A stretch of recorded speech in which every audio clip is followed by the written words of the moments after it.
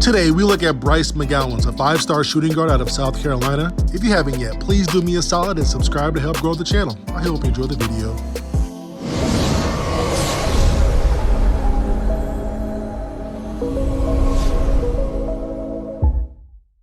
When Bryce was younger, he had a saucy handle and a sweet jump shot. Took charges on the defensive end, played solid defense without gambling, which is very rare, and just shows the maturity he had at such a young age.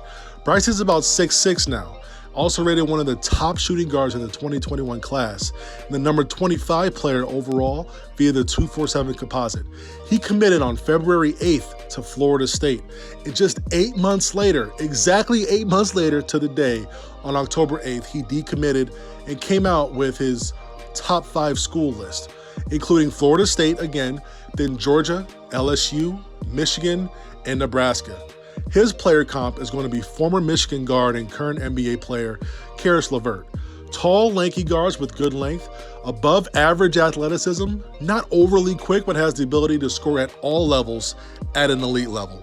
So let's look at those 5 teams and briefly talk about what each situation looks like. For Florida State, Leonard Hamilton has been killing it on the recruiting trail. And there was a reason McGowens initially committed there. A lot of momentum, a lot of success in the ACC this past year. Bigger recruits have been attracted. Matthew Cleveland and Jalen Worley, 2 perimeter players, highly rated, both in the top 30 for the 2021 class.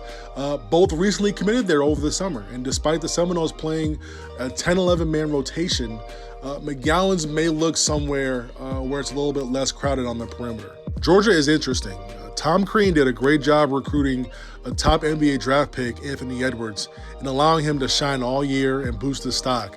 As a shooting guard, that's appealing, but if Bryce goes into Georgia, with the NCAA waiving this year of eligibility, McGowens will go into Georgia competing with 2 6-year seniors at the shooting guard spot in Justin Kier out of George Mason and Andrew Garcia out of Stony Brook. Will Wade has been recruiting well since he got to LSU, and I know there's probes out there about how legal it was, but that's another conversation. In his 2020 class, he has 2 top 100 scoring guards, and number 25, Cam Thomas out of Oak Hill, and number 93, Eric Gaines, who will both have the ability to come back next year as freshmen after a year of experience, maturity, and physical growth. So this is who McGowens would have to share the backcourt with.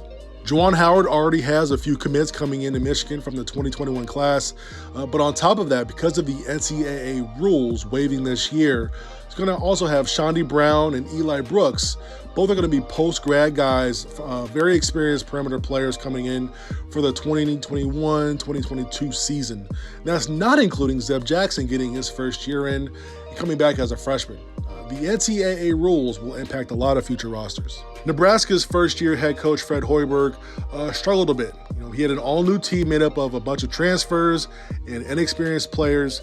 Despite being the program having the least success of the final list, Nebraska won't be a surprise if Bryce ends up here. Why? Not much talent at the shooting guard spot to challenge him with talent or experience, but the biggest key is probably his older brother, Trey McGowens, the former 4-star guard who played at Pitt, transferred to Nebraska and is eligible immediately. Trey will be able to play with the Huskers through the year 2023. Let's talk about his shooting ability. He's a very good shooter. He has range on his jump shot.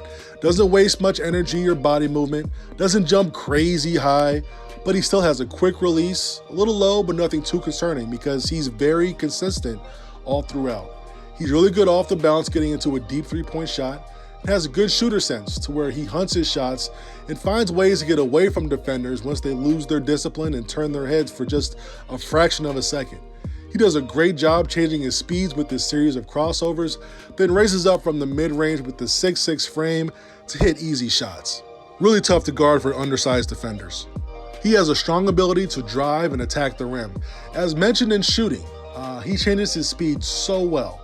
He's not going to rely on elite speed and quickness, not at all, but he keeps defenders off balance with his hesitations and slow to quick movements. That all of this occurs within his combinations. He has long arms and a long frame, and he uses his long strides and his reach to finish at the rim and around defenders. I would like him to finish with more contact, and I think with the added muscle and weight he'll put on throughout the next year or so, it'll allow him to be more physical when driving and finishing, and still using his long frame to get where he needs to go.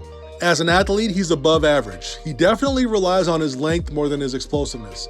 He's tough on both ends, and with his size and measurables, he will be able to become a two-way player. Excels in up-tempo, able to get up the court quick, whether with the ball or running his lanes. Long strides with good mobility and agility.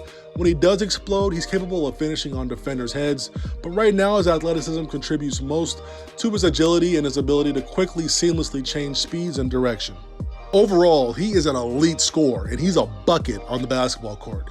I watched him score 67 points in a game, and he made it look way too easy. Wherever he goes, he's going to be electric and a lot of fun to watch.